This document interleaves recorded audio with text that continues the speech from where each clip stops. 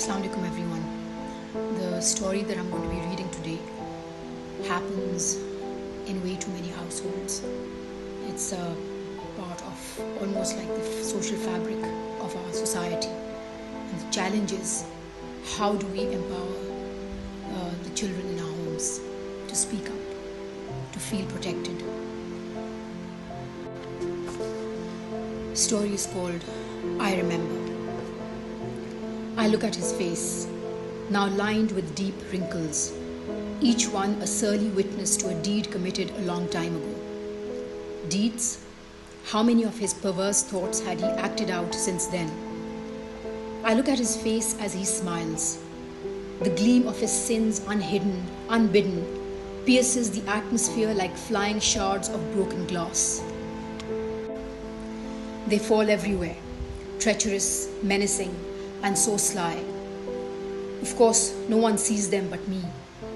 I see each insidious piece as clearly as I remember what happened so many years ago.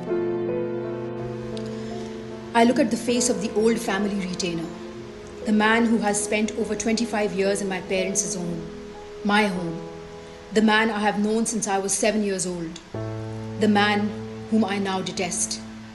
But my hate is private, painfully private. It roils and screams in the most secret recesses of my mind.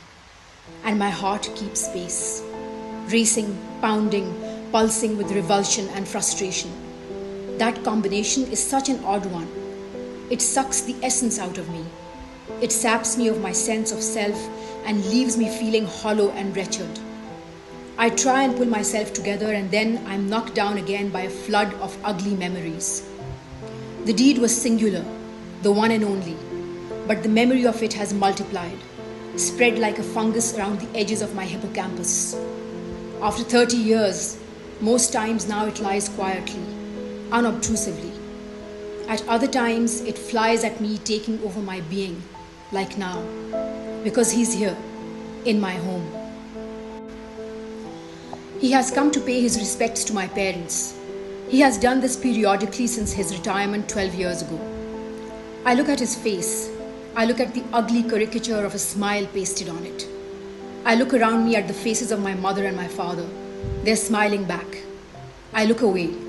I pull myself together, and while I look back at the scene, pretending to not remember, pretending to play along, I have perfected this dreadful deception over the last 3 decades. My mind is assaulted, attacked with a force that is visceral and raw. The grotesquely teeming memories of that day march in with their battle.